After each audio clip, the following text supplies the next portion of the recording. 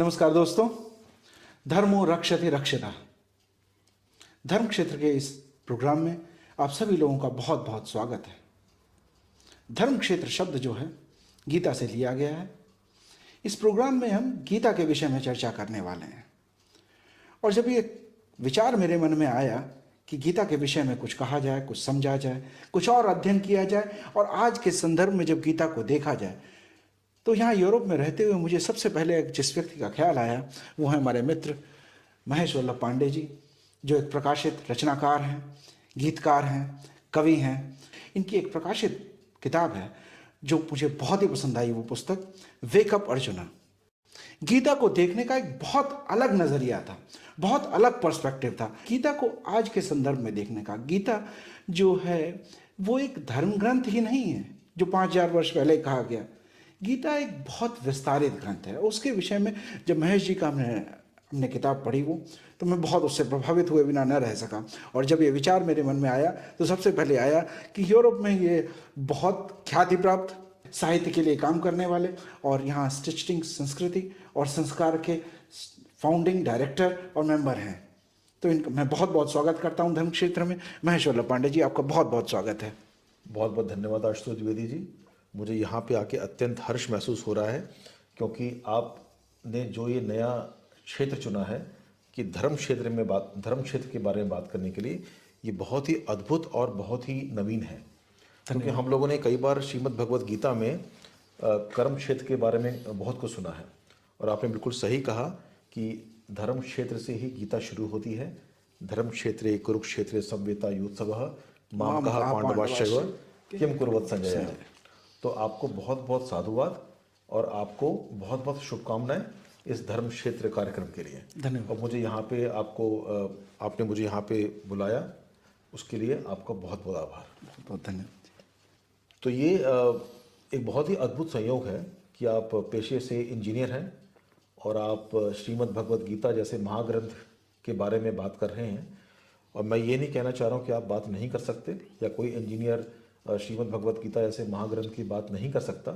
मैं बस ये जानना चाह रहा हूँ कि आपकी रुचि इस क्षेत्र में कैसे हुई। जैसा कि आपने बताया कि मैं पेशे से इंजीनियर हूँ। एक बहुत लंबा अनुभव रहा है मेरा इंजीनियरिंग से। साइंस का विद्यार्थी रहा हूँ, साइंस ही पढ़ी है। जब तक किसी में साइंस नहीं होती, जब तक मुझे ऐसा लगता नहीं कि इस विषय की कोई एप्लीकेशन है, इसका दैनिक उपयोग है, तब तक शायद मुझे उस विषय में कभी इंटरेस्ट भी नहीं आया। गीता मैंने बहुत सालों से पढ़ी, बहुत धीरे धीरे पढ़ता रहा, लेकिन बहुत देर बाद समझ में आया कि ये गीता जो है वो सिर्फ एक धर्म का ग्रंथ नहीं है, ये कार्य की पद्धति है, ये जीवन का गीत है। गायति इति गीता, ये जीवन का संगीत है। तो मैं जब गीता को देखता हूँ तो मैं एक सन्यासी के तौर पे नहीं, एक गृहस्थ के तौर पे, एक आम व्यक्ति जो उसकी जॉब है, बच्चे हैं, गृहस्थी है, समाज है, उसमें रहते हुए गीता मुझे कैसे अफेक्ट करती है। गीता पढ़ने के बाद मेरे अंदर कुछ बदलाव हुए। तो मुझे जो धीरे धीरे समझ में आया, तो मैंने सोचा कि शायद इसको आगे बढ़ाना चाहिए, इसको आगे और कहना चाहिए। और गीता एक प्रश्न ग्रंथ है। सबसे बड़ी बात है, प्रश्न बहुत बड़ी संभावना है। जब तक प्रश्न नहीं होगा तब तक उत्तर नहीं आएगा।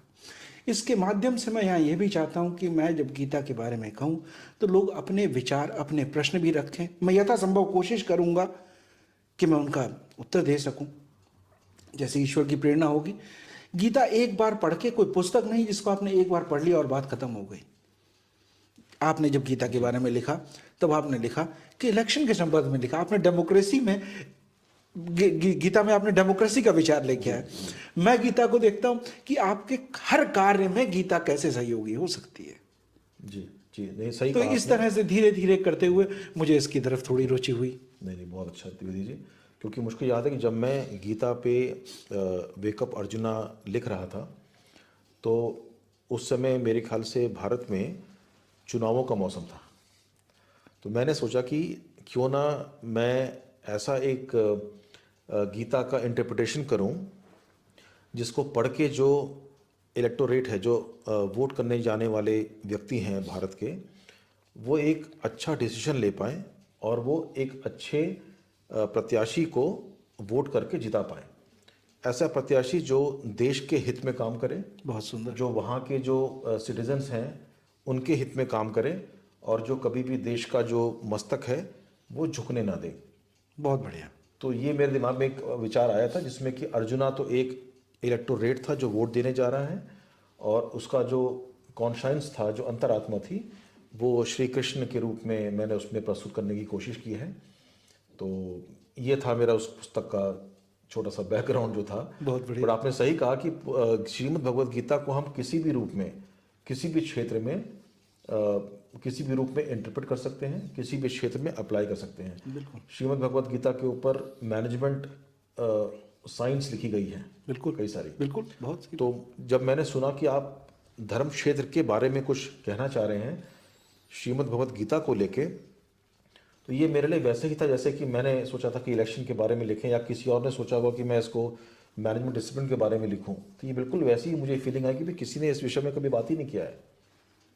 तो ये दिमाग में आपके कैसे आया कि भाई कर्म क्षेत्र तो लोग सुनते ही हैं, बात करते ही हैं, और कर्मा जो है वो एक ऐसा भारतीय शब्द है जो विदेशों की धरती में भी इतना इतना इतना यूज़ किया जाता है, इतना उपयोग में लाया जाता है। तो ये धर्म क्षेत्र ही आपने क्यों सोचा कि आपके कार्यक्रम का नाम होना चाहिए? हम सब ने शायद बचपन में सुना कि कर्म ही पूजा है, वर्क इज वर्शिप, ये हमने सुना, लेकिन इसको सही में बहुत ज़्यादा डिटेल में हमने समझने की कोशिश नहीं की। कर्म में अगर शुद्धता आ जाए, कर्म में अगर विचार आ जाए, कर्म में अगर सोसाइटी का कल्याण आ जाए, जन कल्याण की भावना आ जाए, लोक कल्याण की भावना आ जाए, सस्टेनेबिलिटी की बात आ जाए, तो वो कार्य ही धर्म हो जाएगा। तो आप कार्य करते हुए एक धर्म क्षेत्र में ही रह रहे हैं, आपके कार्यों का आचरण कैसा है, ये बहुत फर्क पड़ता है कि आप इसे धर्म क्षेत्र करते हैं या कार्य क्षेत्र कर रहे हैं। हमारा कार्य ही हमारा धर्म है, इसलिए हम इसको धर्म क्षेत्र कहेंगे। जी नहीं, बहुत अच्छा, बहुत अच्छे और उत्तम विचार हैं आपके, क्योंकि कर्म में भी हमको धर्म का पालन करना चाहिए। बिल्कुल बिल्कुल। हम धर्म करते हुए तो अपने कर्म का पालन करते ही हैं, ये हम सब जानते हैं, मगर कर्म करते हुए भी हमको अपने धर्म का पालन करना चाहिए। ये एक बहुत ही अद्भुत और नवीन विचार है आपके मन में। तो मैं ये भी थोड़ा सा आतुर हूँ जानने के लिए कि आपका उद्देश्य क्या है। आप धर्म क्षेत्र की बात तो कर रहे हैं, मगर आपका उद्देश्य क्या है? आप क्या इससे प्राप्त करना चाह रहे हैं? उद्देश्य जो मैं अगर यहाँ कहना चाहूँगा तो बहुत हद तक मैं ये चाहता हूँ कि गीता को हम बहुत बार ऐसे समझते हैं कि जैसे ये कोई एक ऐसा धर्म ग्रंथ है जिसको दो व्यक्तियों की कथा थी या दो व्यक्तियों के बीच में संवाद हुआ था। गीता ऐसा ग्रंथ नहीं है। गीता तब आपके समझ में आना शुरू होगी जब आपको लगने लगे कि मैं अर्जुन हूँ, जब आपके अंदर अर्जुन की जिज्ञासा पैदा हो जाए, अर्जुन जैसा धैर्य उत्पन्न हो जाए, जब करने से पहले आप सोचने की स्थिति में आ जाएं, तब गीता प्रकट हो सकती है। और ये जो गीता के विषय में जब मैंने जानना, तो मैं उद्देश्य मेरा यहाँ ये रहा कि मैं किसी तरह से जो गीता को जो सरलीकरण किया जा सके, सिंप्लीफाई किया जा सके, आज के संदर्भ में लाया जा सके, ताकि जो आने वाली पीढ़ियाँ हैं, जो आने वाले लोग हैं, और जो लोग इसको एक एप्लीकेशन पॉइंट ऑफ व्यू से देखना चाहते हैं कि कैसे इसको मैं जीवन में ला सकूं, जीवन के प्रति दृष्टिकोण में बदलाव लाने की दृष्टि से मैं देख रहा हूं गीता को। और मैं यही चाहूंगा अगर मैं किसी एक के भी जीवन में अगर बदलाव ले सका तो मुझे बहुत खुशी हो। अचीव करना इससे मैं कोई ऐसा नहीं चाहता हूं। गीता में तो कहा गया है कि कर्मण्येवाधिकारस्ते मा फलेषु कदाचन मा कर्मफल हेतुर्भुङ्क्ते संगोस्तु कर्मणि। तो कर्म कर रहा हूं कि एक प्रयास करना चाहता हूं। जो मैंने गीता को बहुत वर्षों में जाना, समझा, और जो मुझे इसको कहने की प्रेरणा मिली, मैं चाहता हूं कि वो आगे बढ़े, लोग इसको समझें। और सबसे बड़ी बात जो है इसमें कि लोगों के जब प्रश्न आएंगे तो मुझे भी गीता को एक अलग लाइट में देखने का अवसर मिलेगा, एक अलग एंगल मिलेगा मुझे, वो मैं चाहता हूँ। नहीं, बहुत बहुत उत्तम विचार हैं। और किसी भी चीज़ की शुरुआत होती है, आप कितने उसके प्रति लालायित हैं, कितने आप उस चीज़ को जानने के प्रति आपके अंदर भूख है, प्यास बिल्कुल है, बिल्कुल।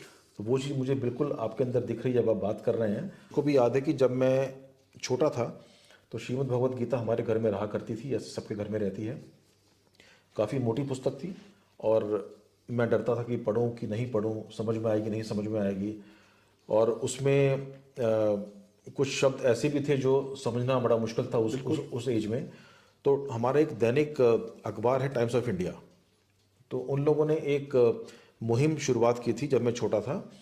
उन लोगों ने एक पॉकेट श्रीमद् भगवत गीता देनी शुरू की सबको अपने न्यूज़पेपर के साथ में हर संडे को। बहुत बढ़िया। तो वो जो पॉकेट थी वो इंग्लिश में भी थी। तो जो 18 अध्याय हैं श्रीमद् भगवत गीता के, उसके जो श्लोक हैं, जो हाइम्स हैं उसकी, वो इंग्लिश में लिखी हुई थी और उसका मीनिंग इंग्लिश में लिखा हुआ था नीचे। और वो बहुत ही कंसाइज छोटी सी पुस्तक थी, जितनी हमारी छोटी डायरियाँ होती हैं। तो उसने मुझे पढ़ने के लिए लालायित किया, कि प्रेरित किया कि मैं पढ़ूँ इसको। तब मैंने वो श्रीमद् भगवत गीता पढ़ी, उसको समझा। सही कहा आपने, गीता के लिए माध्यम होना बहुत जरूरी है। जैसे गीता के लिए आप देखिए तो कृष्ण और अर्जुन दोनों मित्र हैं। गीता किसी दिन भी कृष्ण सुना सकते थे अर्जुन को, लेकिन एक अवसर आया, एक समय आया।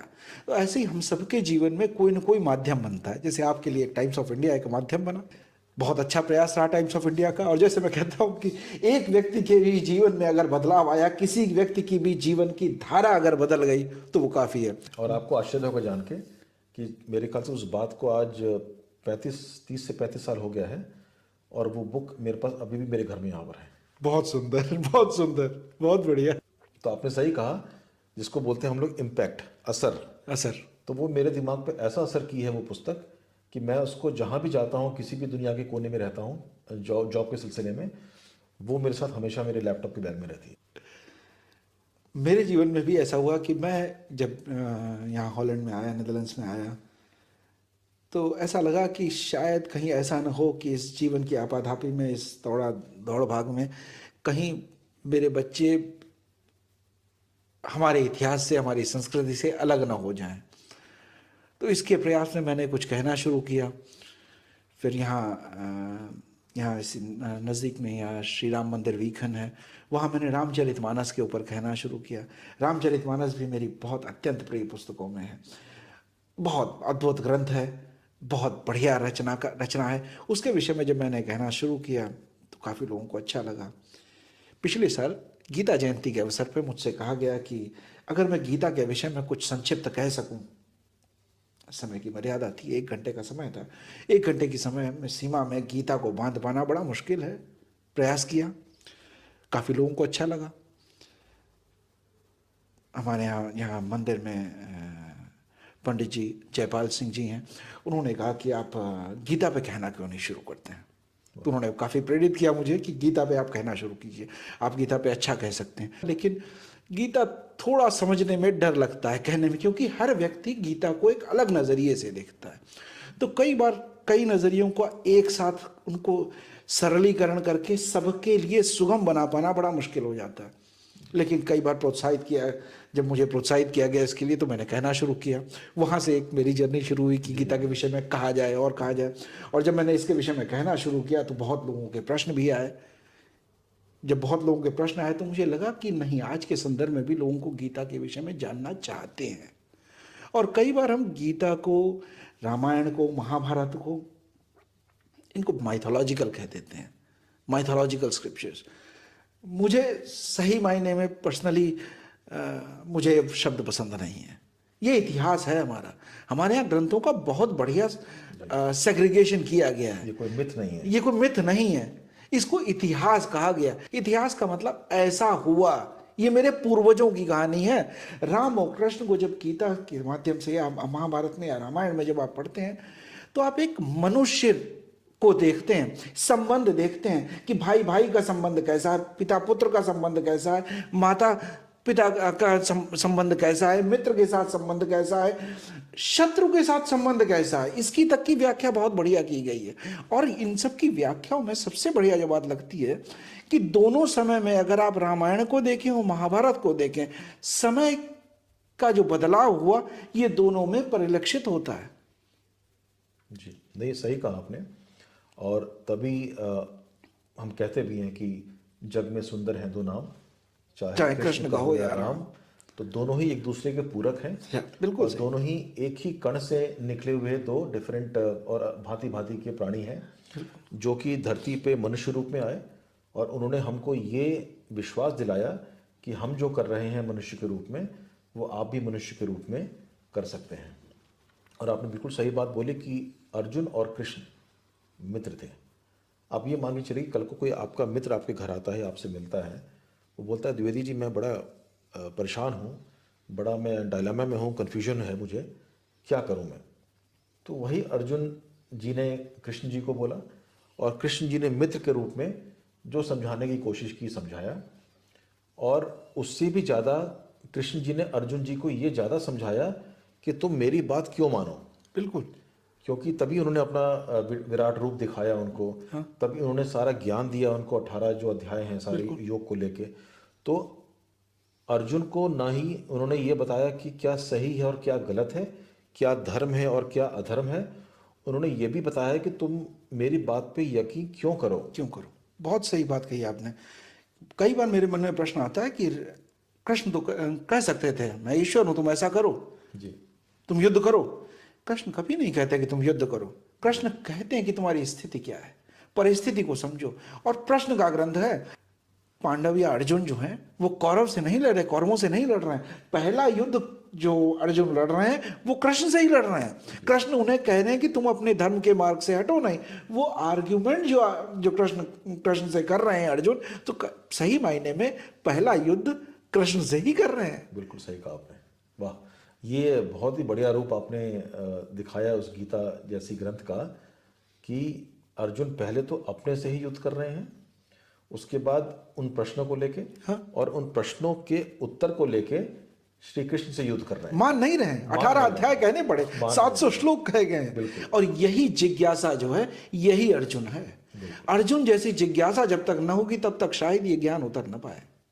जी बिल्कुल सही कहा आपने, बिल्कुल सही कहा आपने। कई बार लोग ये भी कहते हैं कि मैंने सुना है बाकी लोगों से, ज़्यादातर जो लोग भारत के बाहर के हैं, विदेशी मूल के जो लोग हैं, वो बोलते हैं कि महाभारत तो कोई अच्छी किताब नहीं है। हालांकि गीता महाभारत का ही एक अभिन्न अंग है और उसमें वो गीता को भी कोट करते हैं। बोलते हैं भाई वहाँ तो आपके जो ईश्वर हैं, आपके जो भगवान हैं, वो वायलेंस करने को बोल रहे हैं उठाओ अपना शस्त्र अस्त्र और मार दो अपने लोगों को। तो ये इसको आप कैसे देखते हैं? ये बहुत बड़ा मिथ है। जैसे जब माइथोलॉजिकल ग्रंथ कह दिया तो मिथ क्रिएट किया जा सकता है। महाभारत या गीता कोई वॉर का ग्रंथ नहीं है। कृष्ण क्या अर्जुन को युद्ध करना सिखाना चाहते हैं? अर्जुन बहुत बड़ा योद्धा रहा है, जीवन पर्यंत उसने युद्ध किए हैं। और जब तक वो वनवास में रहे हैं, 12 साल और 1 साल का अज्ञातवास, वो युद्ध की तैयारी ही करता रहा।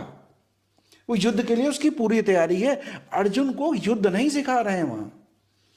अर्जुन ने एक बात की कि युद्ध करने से पहले कि क्या मैं देख तो लूं कि युद्ध करने जैसा है कि नहीं। यह है शक्ति का संतुलन। आप में शक्ति होते हुए भी आप एक बार विचार करें। आज आप देखिए, आज के संदर्भ में जिसके पास शक्ति है, क्या वो एक बार भी विचार करता है कि मैं इसके ऊपर अटैक करूं या ना करूं? इससे समाज का क्या भला होगा? एक पंक्ति जो गीता के पहले अध्याय में आ जाती है, अर्जुन एक वक्त कहते हैं, जब बिल्कुल शुरुआत में होती है, सेनयोर उभयोर मध्य रथम स्थाप्य में अच्युत। सेनयोर उभयोर मध्य, दोनों सेनाओं के मध्य में मुझे खड़ा कर दो ताकि मैं देख सकूं कि मैं यहां आया क्यों हूं, किससे लड़ने आया हूं। इतना विचार आ सकता है किसी के दिमाग में? ये अर्जुन है। शक्ति होते हुए भी एक बार विचार है कि कहीं ऐसा तो नहीं है कि मैं अपने शक्ति के अहंकार में, शक्ति के जोर में कहीं मैं किसी के ऊपर अन्याय ना कर बैठूं, किसी कमजोर को मार न दूं। ये विचार आना चाहिए। और ये जो उभयोर मध्य की स्थिति ना, दोनों सेनाओं के मध्य में, बीच में, एकदम बीच में खड़ा कर दो ताकि मैं अपनों से थोड़ा दूर जा सकूं और जिनके लिए मैं लड़ने आया हूं, जिनको मैं दुश्मन समझता हूं, उनके थोड़ा नजदीक जा सकूं। ऐसी स्थिति बीच में खड़ा कर दो जहां से मैं दोनों को निष्पक्ष होकर देख सकूं। बिल्कुल, ये स्थिति है गीता ज्ञान की, कि गीता ऐसी स्थिति में आ सकता है जब स्वयं से ऊपर उठ जाए। हम कितनी बार अपने जीवन में अपने पॉइंट को छोड़ के दूसरे के पॉइंट के करीब जाना चाहते हैं। आप अगर दूसरे व्यक्ति को समझना चाहते हैं तो कहीं मध्य की स्थिति में आना पड़ेगा, जहां निष्पक्ष, जिसको हमारे यहाँ, मैं इलेक्ट्रोमैग्नेटिक्स इंजीनियर हूं तो हमेशा इलेक्ट्रिक और मैग्नेट के आसपास रहा हूं, कम्युनिकेशंस के पास में रहा हूं, तो कहते हैं एक जगह होती है दो मैग्नेट के बीच में जहां वो इक्विलिब्रियम में आ जाती है नीडल, न वो इधर जाती न वो उधर जाती है। उस स्थिति में वो है सेनयोर उभयोर मध्य। नहीं, सही बोला आपने, with power, because power warrants restraint. बिल्कुल। अगर आपके पास पावर है, आप पावरफुल हैं, आपको कितना रिस्ट्रेंट करना है अपने आप को, हाँ। उस पावर को यूज करने के पहले वो एक बहुत बड़ी समझ होना जरूरी है। बिल्कुल बिल्कुल। युद्ध करने के बाद उस पर पश्चाताप न हो नहीं, कि मैंने ये क्या कर डाला। अर्जुन इस स्थिति से अलग होना चाहते हैं। और अगर सही मायने में कहा जाए तो भगवान कृष्ण कह भी सकते थे क्यों जाना है बीच में, उठो लड़ो, लेकिन ये नहीं कहा। उन्होंने कहा रथम स्थापे में अच्युत। और कितना बढ़िया शब्द कहा गया कृष्ण के लिए, वहां कहा गया अच्युत। अच्युत शब्द बहुत प्यारा शब्द है। अच्युत है जो बटा हुआ ना हो, जो विभाजित ना हो, जो पूर्ण हो अपने आप में। हम भगवान के लिए यूं ही नहीं कहते ओम पूर्णमदः पूर्णमिदं पूर्णात् पूर्णमुदच्यते, कि हे जो तुम डिवाइड नहीं हो सकते हो, हे अर्जुन, हे कृष्ण, मुझे रथ को मेरे दोनों सेनाओं के बीच में खड़ा कर दो। कितनी सुंदर स्थिति होगी कि दोनों सेनाओं के बीच में खड़ा, एक इक्विलिब्रियम की स्थिति में आ गया कि मैं जिनके लिए लड़ने आया हूं और जिनके खिलाफ लड़ने आया हूं, उन दोनों को मैं जी भर के देख लूं। बिल्कुल। तो वो तब भी, उस समय भी रण क्षेत्र में उनका जो कह सकते हैं डिसीजन कह लीजिए, या जो उनकी सोच थी कि मैं अभी भी लड़ूं कि नहीं लड़ूं, उसके लिए उन्होंने पूरी एक गीता से उनको गुजरना पड़ा। ये एक यात्रा है, गीता एक यात्रा है। गीता एक पुस्तक जैसी नहीं है, गीता एक स्थिति है जहां ये प्रकट होना शुरू होगी और पूरी यात्रा है। अर्जुन शायद हम सबसे बहुत ज्यादा स्मार्ट था, कृष्ण के साथ बहुत रहने का अवसर मिला, कृष्ण ने उनको जीवन पर्यंत तैयार किया था इस दिन के लिए। हो सकता है हम लोगों की तरह एक दिन कंफर्टेबली यहाँ बैठते आराम से, दोनों लोग काउच पे बैठते और कहते चलो आज हम तुम्हें गीता सुना देते हैं, युद्ध के 2 घंटे पहले सुना देते। जी जी जी। लेकिन वो स्थिति आनी जरूरी थी। जब ऐसा लगने लगे, जब जीवन में हमें भी ऐसा लगने लगे कि हम कुछ सीखना चाहते हैं, हम कुछ जानना चाहते हैं, हम मानना नहीं हम जानना चाहते हैं, जब इस स्थिति में आ जाए तो हमें ऐसा लगेगा, एक स्थिति ऐसी आएगी जीवन में जब लगेगा एक कृष्ण अर्जुन से नहीं कह रहे, ये मुझसे कह रहे हैं, ये मुझसे कहा जा रहा है, मैं भी ऐसी स्थिति में हूँ, हम भी ऐसी स्थिति में खड़े हैं। कई बार हम अपने पॉइंट को लेकर, हमारी कॉर्पोरेट लाइफ में भी होता है, कई बार हम किसी पॉइंट के पीछे हमने बहुत काम किया होता है। मान लीजिए कोई कॉन्सेप्ट है, हमने बहुत काम किया है उसके पीछे, और हम उसके लिए इतने स्टर्डी हो जाते हैं, इतने अफर्म्ड हो जाते हैं कि हम हटने भी नहीं चाहते हैं उसके लिए। दूसरे अच्छे विचार के लिए हम जगह ही नहीं खोलना चाहते, जगह ही नहीं देना चाहते। ये जगह देना ही गीता है, ये वॉर की कहानी नहीं है। वाह, ये वॉर की कहानी बिल्कुल नहीं है। तो देखिए आपने अभी इसको कहाँ डेमोक्रेसी से सीधा मैनेजमेंट पे ले आया आप। इंजीनियरिंग यही गीता है, यही गीता गायति थी गीता, ये जीवन का संगीत है। बिल्कुल, नहीं, बिल्कुल सही कहा आपने। और ये जो विचार हैं, यही, जैसा कि आपने कहा कि जब तक किसी चीज़ की अतिशय ज़रूरत ना हो, तब तक अगर आपको उसके लिए, उसकी भरपाई के लिए जो सामान मिलता है, चीज़ें मिलती हैं, उसकी कोई वैल्यू नहीं रहती है। जब तक आपकी प्यास चरम सीमा पे ना हो, तब तक आपको पानी के एक बूंद की क्या वैल्यू है वो समझ में नहीं आती है। आपने बहुत बढ़िया बात कही, मुझे याद आ गई बात। ट्रेन से यात्रा कर रहा था तो एक व्यक्ति कुछ पानी बेचने के लिए आया था, पानी दे रहा था। तो उसने बहुत काफ़ी पुरानी बात है, शायद 1 रुपया बोला उसने, 1 रुपया। तो जिस आदमी से पूछा उसने कहा कि 50 पैसे दूंगा, दोगे? तो उसने कहा नहीं रहने दो, चला गया। तो किसी ने पूछा, बोल रहा था शायद निगोशिएट कर रहा था, बोले उसे प्यास ही नहीं लगी, प्यास लगी होती तो मोल भाव करता ही नहीं। वाह वाह वाह वाह, बिल्कुल सही, बिल्कुल सही। ठीक है, तो ये बात है बिल्कुल। प्यास एक ऐसी चीज है, जब प्यास हो जाएगी तब शायद आपको 1 रुपए की जगह आप कहते हैं नहीं ये मेरे पास आज खुले नहीं है, 10 रुपए ले, 2 रुपए ले, मुझे दे दो। हाँ, तो ये बात है, ललक होनी चाहिए। गीता पढ़ना समझना एक यात्रा है। ये 700 श्लोकों की जो गीता लिखी, सब श्लोकी कही जाती है, 18 अध्याय हैं।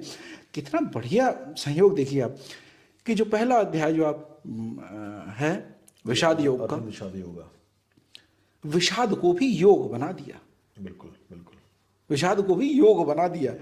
एक ये भी, जैसे मैंने कहा कि मैथोलॉजिकल शब्द से मुझे थोड़ा सा परहेज होता है, मुझे नहीं उतना अच्छा लगता जब कोई मैथोलॉजिकल कहता है। इसी तरह से ये शब्द है योगा। योग शब्द जो है उसी को योगा जी जी, पाश्चात्य देशों में बहुत ज़्यादा फेमस हुआ जो है वो कृष्णा हो गए हैं, कृष्णा हो गया, रामा हो गया, योगा हो गया। योगा शब्द एक्चुअली सही शब्द नहीं है, योग शब्द है। योग, और योग का मतलब यही नहीं है कि टांग ऊपर रख लेना, सांस रोक लेना ऊपर नीचे करना, अपनी बॉडी को ट्विस्ट करना, योग ये नहीं है। योग ये भी एक पार्ट है योग का। योग है संस्कृत में युज्य धातु से बना है, जोड़ने से हम दोनों का परस्पर जुड़ना, मिलना, एक विषय पे एक आत्म होकर बात करना, ये भी एक तरह का योग है। तभी गणित में एडिशन को योग कहा जाता है। योग कहा जाता है, योग है जुड़ना, एक अच्छे विचारों का, एक पॉजिटिविटी का जुड़ना। तो जब ये योग जो है सही संदर्भ में देखा जाए तो ये मन का, शरीर की जो एक्सरसाइज बताई गई, जिसको आज योगा हम लोग कहते हैं, वो एक शरीर की एक्सरसाइज इसलिए है कि कल आप कोई ध्यान करना चाहें, बैठना चाहें, किसी कार्य क्षेत्र में काम करना चाहें और आपके कमर में पीछे दर्द हो रहा है, तो इसको हटाने के लिए, भाई ऐसा ना हो, आपका शरीर भी मजबूत हो आपका साथ देने के लिए, इसलिए ये काम है। लेकिन ये ही योग है ऐसा नहीं मैं समझता हूँ। नहीं, सही कहा आपने। तभी आजकल एक नया टर्म निकला है कई दिनों से, होलिस्टिक अप्रोच। बिल्कुल, होलिस्टिक जो है वो योगा ही है, जो आपके आत्मा, आपके शरीर को एक करने की कोशिश करती है। बिल्कुल, ताकि आपको कोई अलग से फर्क नजर ना आए। और आपकी आत्मा भी वही महसूस करे, वही अनुभव करे जो आपका शरीर अनुभव कर रहा है। बिल्कुल। तो जैसा कि आपने संदर्भ दिया था मेरी पुस्तक का, और गीता का जो प्रथम अध्याय है अर्जुन विषाद योग, तो मैं उससे कुछ संदर्भ की कुछ पंक्तियां आपको बताना चाहूँगा। बहुत सुंदर कि अर्जुन विषाद योग एक्चुअली था क्या।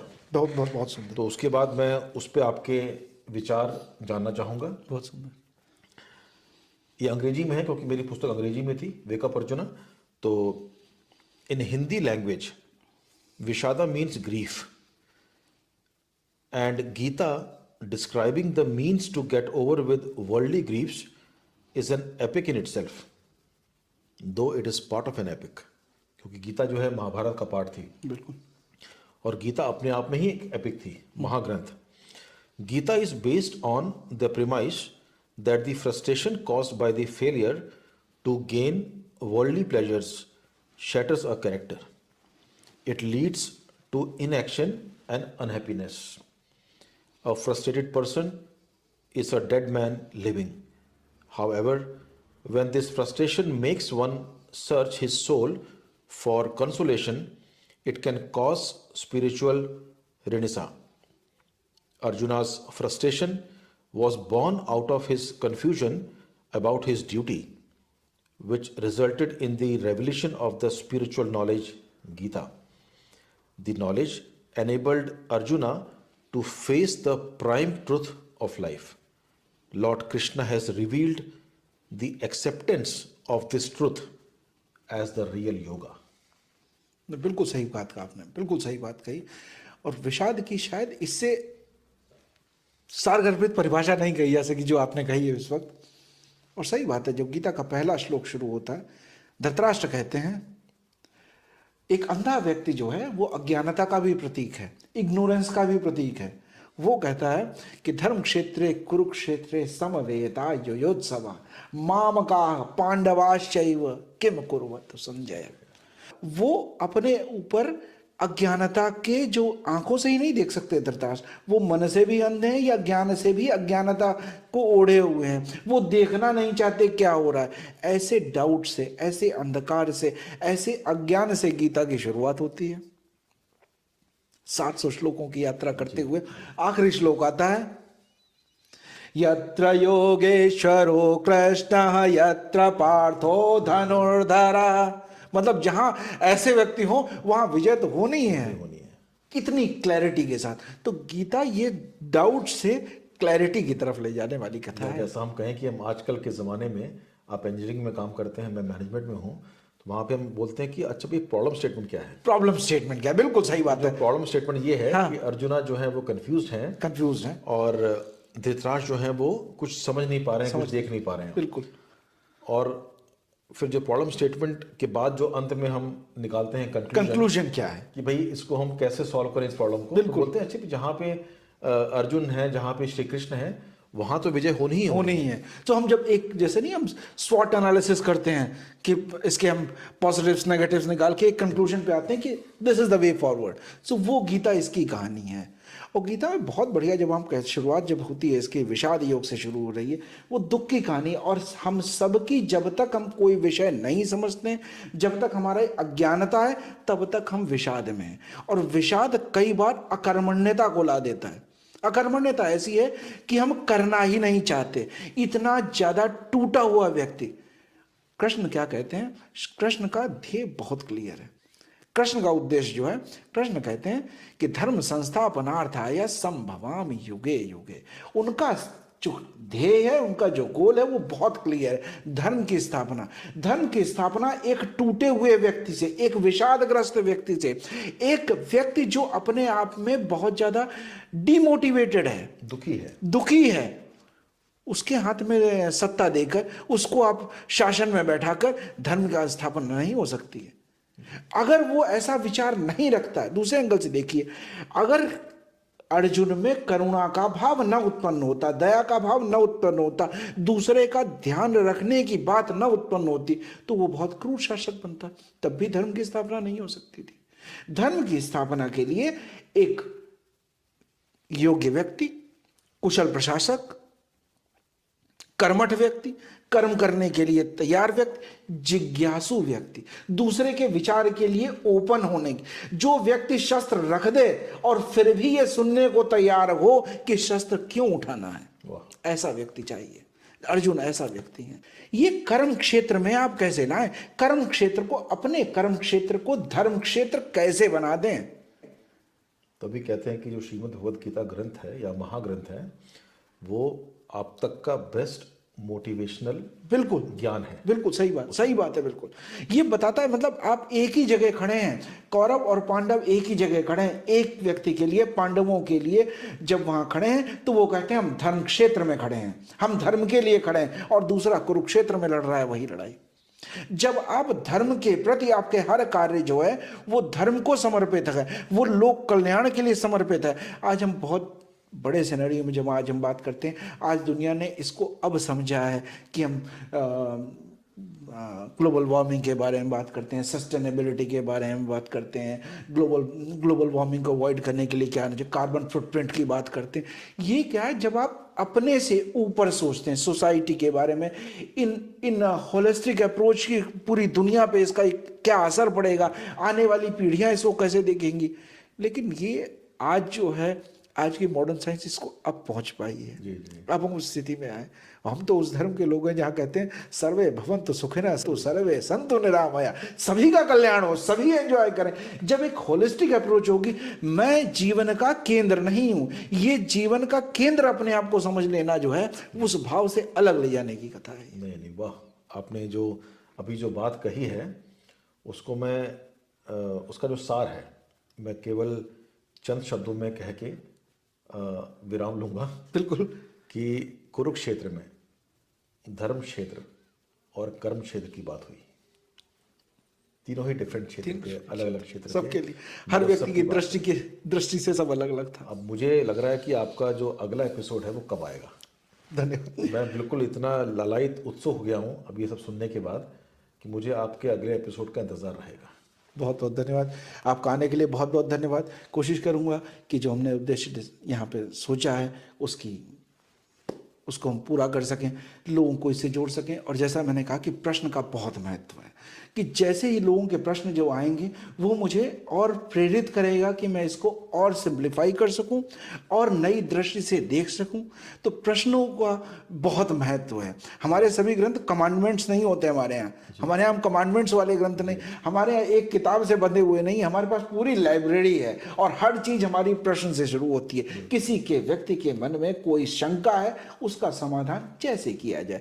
तो ये जो सीरीज हम ये प्रोग्राम जो शुरू करने वाले हैं, इसमें भी एक बहुत बड़ा जो योगदान रहेगा वो आप सभी लोगों के प्रश्नों का रहेगा। आपसे विनती है कि आप इसको सुने, अपने प्रश्न इस पे पोस्ट करें और अपने मित्रों को, अपने दोस्तों को और अपने शुभचिंतकों को, और जिनको भी आप समझते हैं कि इस विषय में जिज्ञासा हो, इंटरेस्ट हो, जिस किसी के अंदर आप अर्जुन की संभावना देखते हो, तो आप उनके साथ शेयर करें, सब्सक्राइब करें। और मिलते हैं फिर अगले एपिसोड में। महेश जी, आपका बहुत बहुत धन्यवाद आने के लिए, बहुत बहुत धन्यवाद। शुभकामनाएं।